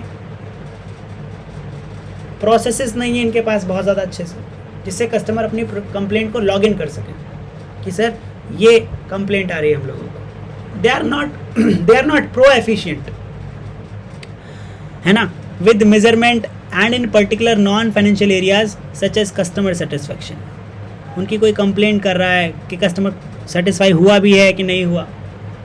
इनका कल्चर बहुत एडवर्स्ड है, ब्लेम एंड रेप्रीमेंट, मतलब किसी और पे थोप दो सारा का सारा इल्ज़ाम, हमने तो किया ही नहीं है जी, हम तो थे ही नहीं वहाँ पे, ये तो हमारा काम ही नहीं है, ऐसा करना। इससे क्या होता है, कस्टमर कंप्लेंट मैनेजमेंट और ज़्यादा ख़राब हो जाता है, कस्टमर की कंप्लेंट्स और ज़्यादा आने लग जाती हैं। Have not embraced the concept of quality management, ये क्वालिटी मैनेजमेंट पे ज़्यादा फोकस करते ही नहीं, तो ये एक समस्या है ना। Now So there may be many problems in retailing organization as far handling customer complaints is concerned. So now let's talk about customer complaint management process. सबसे पहले 5 स्टेजेस आएंगी. कस्टमर की कंप्लेंट अपनी रजिस्टर करेगा, फिर आप उन कंप्लेंट्स को क्लासीफाई करोगे, classification of customer complaints, analyse करोगे कि क्या क्या चीज़ें आप कर रहे हो. ठीक है. Analysis and reporting of trends, आप एनालाइज करोगे और ट्रेंड को रिपोर्ट करोगे. फिर मैनेजमेंट एक्शन लोगे आप और कंटिन्यूअस इम्प्रूवमेंट करते रहोगे कंप्लेंट प्रोसेस कर करके. सर कुछ समझ नहीं आया सर, थोड़ा एग्जांपल के साथ बताओ. मैंने ये कहा कि देखो आपने क्या किया, किसी के पास कोई कंप्लेंट है किसी की, उस एग्जांपल के साथ चलेंगे. फिर एनीवन, कोई भी कंप्लेंट किसी भी कंपनी किसी भी सर्विस के बारे में हो सकती है आपके पास, बताओ. ये ऑर्गेनाइजेशन की लेके नहीं चलेंगे, दूसरे ऑर्गेनाइजेशन का नाम लो. ये यश है ना, मैं ऑन स्क्रीन किसी दूसरे ऑर्गेनाइजेशन का बताओ. हाँ बताओ. बताइए. ठीक है.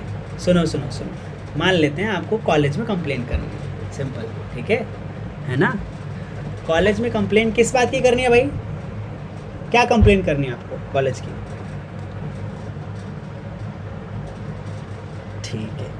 आपने कंप्लेंट रजिस्टर करा दी कि no information is provided. College की ये बता दी बात कि no information is provided on time. ये एक प्रॉब्लम है, आपने रजिस्टर कराई.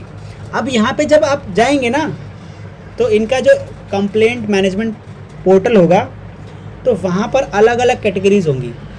किसने इन्फॉर्मेशन वाली कैटेगरी अलग होगी, ठीक है, रजिस्ट्रेशन वाली अलग होगी. कि कोई बच्चा रजिस्टर नहीं करवा पा रहा अपने आप को, लॉगिन पासवर्ड का इशू होगा किसी का,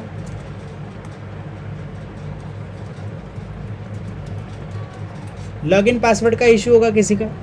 तो ये अलग अलग कैटेगरीज की इनके पास क्या होगा, ये कंप्लेंट्स होंगी. फिर ये क्या करेंगे, एनालाइज करेंगे कि अच्छा ये जो सेम लोग बहुत बार बोल रहे हैं कि इन्फॉर्मेशन टाइम पे नहीं मिल रही, इन्फॉर्मेशन टाइम पे नहीं मिल रही, दिक्कत कहाँ आ रही है. फिर ये एनालाइज करेंगे और रिपोर्ट करेंगे कि यार सबसे ज़्यादा फ्रीक्वेंसी किसकी है, इन्फॉर्मेशन वाले सवाल की. तो जब उन्होंने इन्फॉर्मेशन वाले सवाल को देखा, उनको एनालाइज किया, तो उन्होंने देखा कि हाई सबसे ज़्यादा सवाल जो पूछा गया है वो इन्फॉर्मेशन से रिलेटेड पूछा गया है. तो अब ये लोग करेंगे क्या, मैनेजमेंट एक्शन लेंगे. टीम बुलाएंगे, सबसे पूछेंगे कि भाई इन्फॉर्मेशन क्यों नहीं पहुंच रही टाइम पर. फिर वो क्या करेंगे, मैनेजमेंट एक्शन ले लेंगे और आपके पास वो कंप्लेंट रिजॉल्व हो जाएगी. ठीक है ना. और इससे क्या होगा, कंटिन्यूअस इम्प्रूवमेंट बनी रहेगी कंप्लेंट प्रोसेस कर करके. So these are 5 stages. These are 5 stages of complaint management process.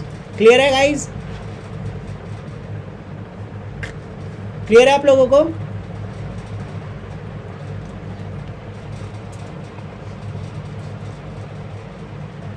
Now question number 8, write short notes on any 2 of the following. आपको किसी 2 पर क्या लिखना है, शॉर्ट नोट लिखना है. ठीक है. वर्ड ऑफ माउथ क्या होता है? अगला सवाल है आपका, सर्विस मार्केटिंग ट्रायंगल किसे कहते हैं? ये रहा सर्विस मार्केटिंग ट्रायंगल. ठीक है. लॉयल्टी प्रोग्राम क्या होते हैं? इनके ऊपर शॉर्ट आपको नोट लिखना है. Behaviour of aggrieved customer. ठीक है. तो मैं आपको 2 करा रहा हूँ, बाकी आपको तो मिल ही जाएगा. कौन से स्टार्टिंग के 2 करा देता हूँ. ठीक है. ट्रायंगल वाला ज़्यादा करा दूँगा. पेपर में बहुत बार कौन सा आया है, देखा है आप लोगों ने ट्रेंड वगैरह? ट्रायंगल वाला बहुत बार आया है. ठीक है, मैं बता देता हूँ, सुनो. ठीक है. सुनो, एक एक करके बात करेंगे. वर्ड ऑफ माउथ के बारे में बात कर लेते हैं. Word of mouth communication. Word of mouth communication एक पर्सनल कम्युनिकेशन है जो डायरेक्ट कंट्रोल में होता नहीं किसी के। जैसे मान लेते हैं कि आपको क्लासेस बढ़िया लग रही है, आप जाके दूसरे लोगों को बता रहे हैं, तो ये क्या है, ये वर्ड ऑफ माउथ है। ये क्या है, वर्ड ऑफ माउथ। क्या इस पे मेरा कंट्रोल है कि आप जाके बोलो सबको अच्छी क्लासेस हो रही हैं, खराब हो रही हैं? खराब हो रही होंगी तो आप जाके सबको क्या बोलोगे, खराब हो रही है क्लासेस? क्या मैं आपको झूठ बोल पाऊंगा कि नहीं खराब मत बोलो, अच्छी क्लास बोलो? अगर ऐसा बोलूंगा भी तो क्या अपनी बात बदल दोगे? नहीं। तो वर्ड ऑफ माउथ क्या है, ये एक पर्सनल कम्युनिकेशन है जिसके ऊपर कोई भी डायरेक्ट कंट्रोल नहीं होता। ठीक है, इसके अंदर कौन कौन लोग हैं इस कम्युनिकेशन के अंदर? इसके अंदर आते हैं नेबर्स, पड़ोसी, दोस्त, रिश्तेदार, जिससे जो हम लोग बात करते हैं, मतलब जो भी कम्युनिकेटर है वो इनसे बात करेगा। ठीक है, और इसका बहुत ज़्यादा इम्पैक्ट पड़ता है लोगों पर, बहुत ज़्यादा। ठीक है, दो not under the direct control of marketer but they can still influence it. फिर भी हम इसे इन्फ्लुएंस कर सकते हैं। कैसे? अवेयरनेस फैला के अपने प्रोडक्ट सर्विसेज के बारे में। ठीक है, now however favourable word of mouth communication can not overcome personal negative experience. अगर मान लेते हैं किसी, पैसे देकर तो बुलवा सकते हैं सर, अच्छा कितने दिन बुलवा लोगे पूजा? आपको लगता है कि पैसे देके सच में वर्ड ऑफ माउथ करवाया जा सकता है? सच में यही तो बोल रहे हैं, ये जो मैंने लिखा है ना, word of mouth communication can not personal negative experience. मान लेते हैं कि आपने पैसा देके एडवर्टाइज करा दिया, सब लोगों से बोला कि आप सबको जाके क्या बोलना कि क्लासेस जो हैं बहुत ख़राब हैं।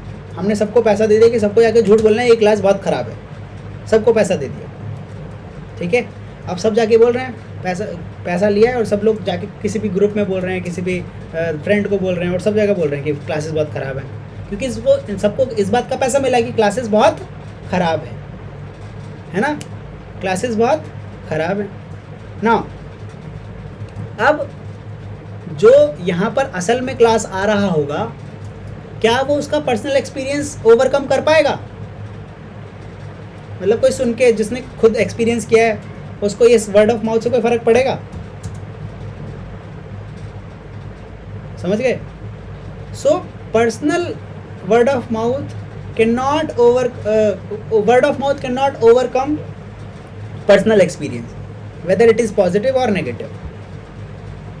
ठीक है, वर्ड ऑफ माउथ क्या है, पर्सनल एक्सपीरियंस को इन्फ्लुएंस नहीं कर सकता, ओवरकम नहीं कर सकता।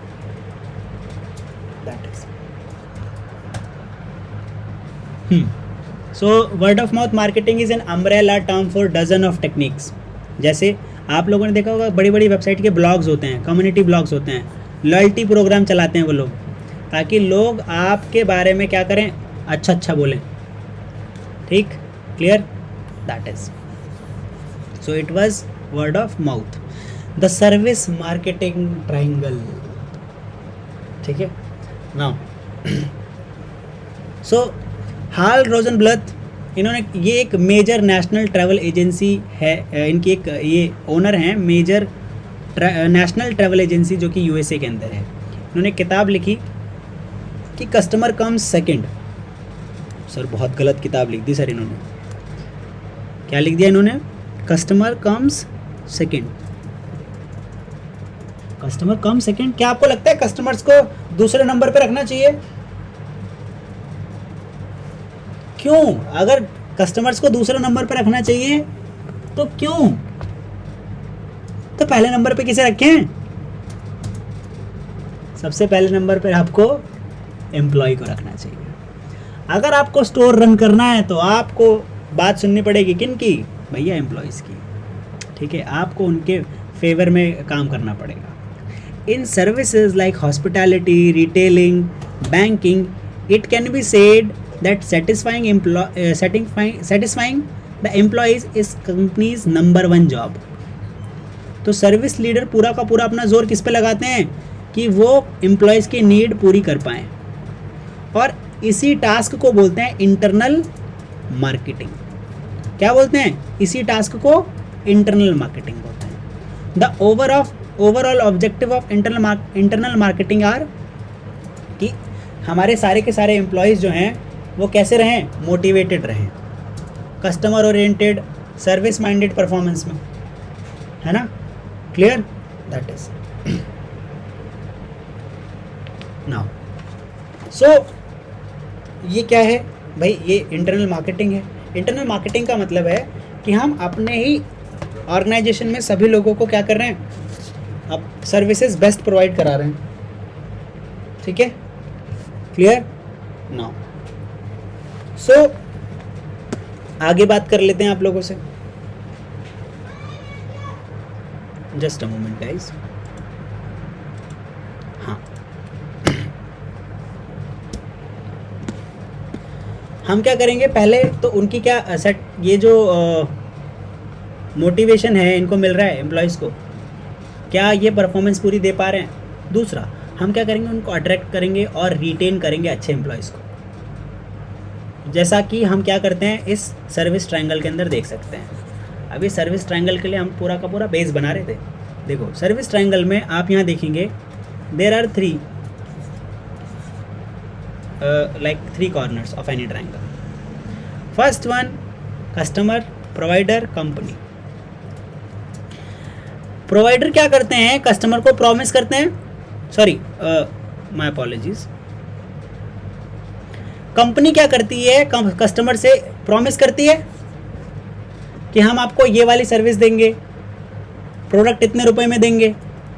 कंपनी कस्टमर से प्रॉमिस करती है ना ये सब, यस और नो गाइस, है ना, है कि नहीं। Okay, let me do this, just a moment. हाँ, सो कंपनी क्या कर रही है, अपने कस्टमर से प्रॉमिस कर रही है कि हम आपको ये सारी की सारी सर्विसेज जो हैं वो प्रोवाइड कराएंगे। आप अगर दूसरी तरफ देखें कि जो कंपनी है या फिर जो मैनेजमेंट है वो अपने प्रोवाइडर को इनेबल कर रही है, कंपनी या मैनेजमेंट अपने प्रोवाइडर्स को इनेबल कर रही है कि ये प्रॉमिस को डिलीवर करें। जो इन्होंने प्रॉमिस किया है कस्टमर से, ये प्रॉमिस डिलीवर करने के लिए किसको बोल रहे हैं, प्रोवाइडर्स को। इनको सारी चीज़ें दे रहे हैं, रिसोर्सेज भी दे रहे हैं, ठीक है, क्लियर, टाइम भी दे रहे हैं, सारी चीज़ें, जिससे क्या हो कि ये इफ़ेक्टिवली क्या कर पाएँ, जो भी प्रॉमिस किया है कंपनी ने कस्टमर से, वो प्रॉमिस ये पूरा कर पाए, ठीक। At the end of the day what happens is कि जो प्रोवाइडर्स हैं ये कस्टमर से इंटरेक्ट करते हैं और प्रॉमिस डिलीवर कर देते हैं, कस्टमर से इंटरेक्ट करते हैं और प्रॉमिस डिलीवर कर देते हैं। इज इट गाइज, ऐसे ही होता है, ठीक है। So this is what it is, internal marketing triangle, ठीक है, सर्विस मार्केटिंग ट्रायंगल। आपको अगर ये देखो, कंपनी कस्टमर से प्रॉमिस करेगी, कंपनी तो करेगी ना, हाँ, कभी भी सेल्स पर्सन नहीं करता प्रॉमिस, कंपनी करती है।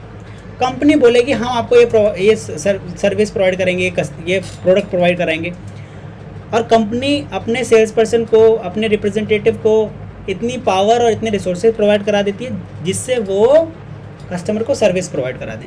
ये आपको डायग्राम याद रहेगा तो मुझे लगता है कि आप बाकी सारी चीज़ें ईजिली लिख पाएंगे। इज इट एवरीवन, ऐसा है, ऐसा ही होगा। चलिए, now let's talk about loyalty programmes. देखो लॉयल्टी प्रोग्राम्स बहुत सारी कंपनीज में चलते हैं। जैसे आपने देखा होगा कि आजकल वोडाफोन क्या कर रहा है, अपने पुराने जितने भी कस्टमर्स हैं उनको कुछ जीबी इंटरनेट फ्री दे रहा है ना। पेटीएम अपने कस्टमर्स को बार बार यूज़ करने पर क्या देता है, पेटीएम पॉइंट्स देता है, पेटीएम पॉइंट्स मिलते हैं, है ना। क्रेडिट कार्ड यूज़ करने पे आपको क्रेडिट कार्ड यूज़ करने पे आपको क्रेडिट पॉइंट मिलते हैं, क्रेडिट पॉइंट्स, ठीक, जिससे आप क्या करते हैं, रिडीम करके पैसा कमा लेते हैं। तो ये लोग यहाँ पे ये पॉइंट जो है ये जो पॉइंट मिलते हैं, गोल्ड कॉइन मिलते हैं, ये सारे के सारे कॉइन पॉइंट है ना, फ्री सर्विसेज जो मिल रही हैं, आपको नहीं लगता कि आपको बार बार अपने साथ जोड़ कर रखने के लिए लॉयल्टी प्रोग्राम दे रहे हैं ये लोग? ये सारी की सारी चीज़ें आपको पर्क्स वगैरह मिल रहे हैं इसीलिए, है ना। चलिए, तो कौन कौन से लॉयल्टी प्रोग्राम होते हैं बात कर लेते हैं। पहला, अवार्ड फॉर परचेज। आपने स्टोर में देखा होगा कि आप कोई सेल क्वालिफाई करते हो, मान लेते हैं कि 10,000 रुपीज़ से ज़्यादा की शॉपिंग करते हो, तो वो तुरंत ऑफ़र कर देंगे, सर 1 kg आपके लिए शुगर फ्री है। कर देते हैं ऑफ़र कि आपने 1,000 रुपये से 1,500 रुपये से ऊपर का सामान खरीदा तो 1 kg शुगर आपको फ्री मिलेगी, है ना। फिर वो बोलते हैं अगर 10,000 से ज़्यादा का करोगे तो आप लकी कूपन एक बार विड्रॉ कर सकते हो, लकी कूपन स्क्रैच कर सकते हो। जैसे स्क्रैच करोगे आपको विन करने का मौका मिलेगा। तो ये क्या है, ये रिवॉर्ड प्रोग्राम है ना, ठीक है।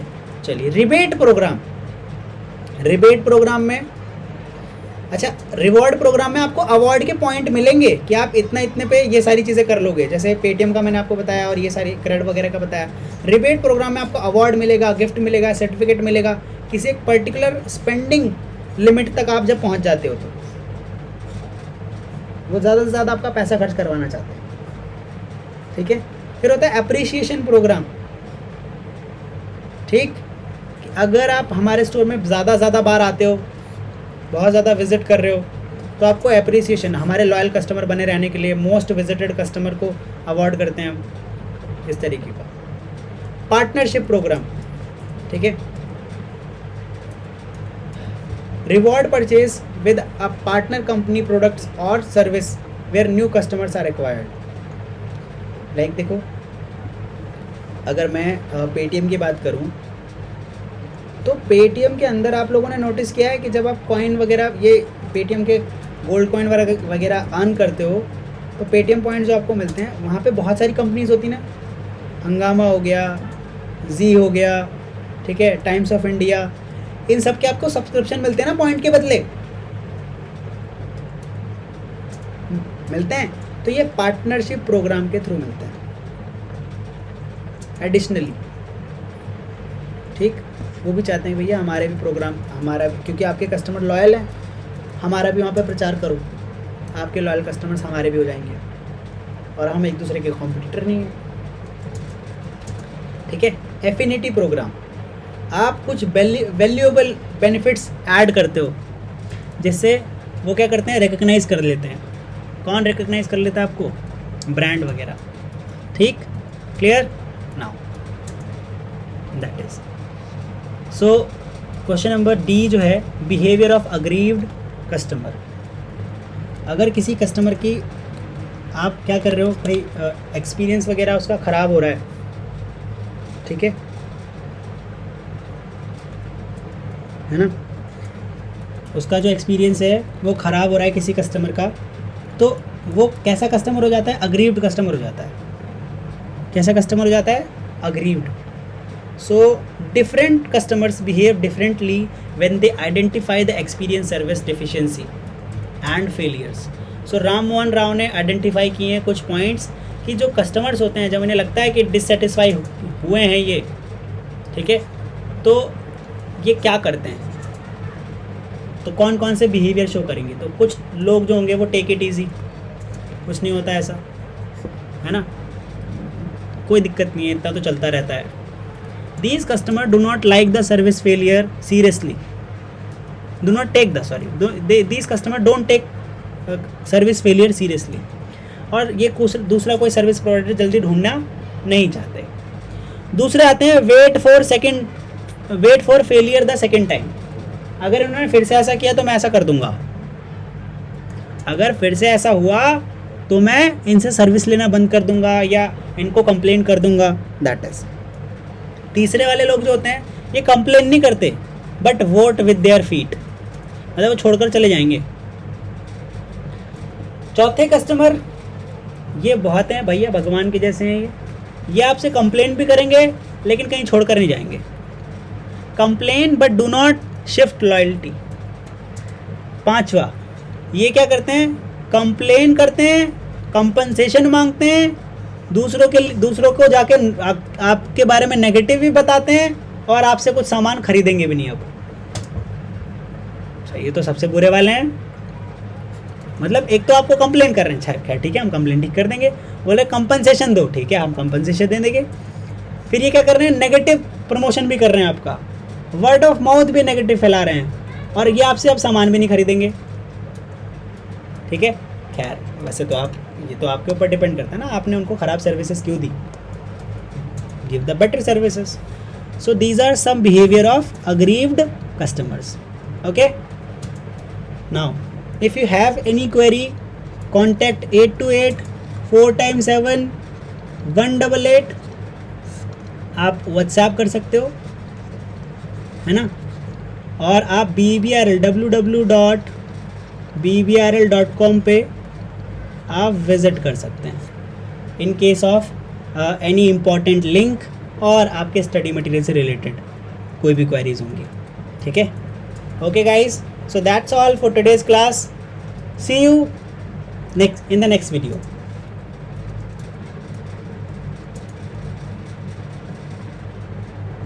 Yes.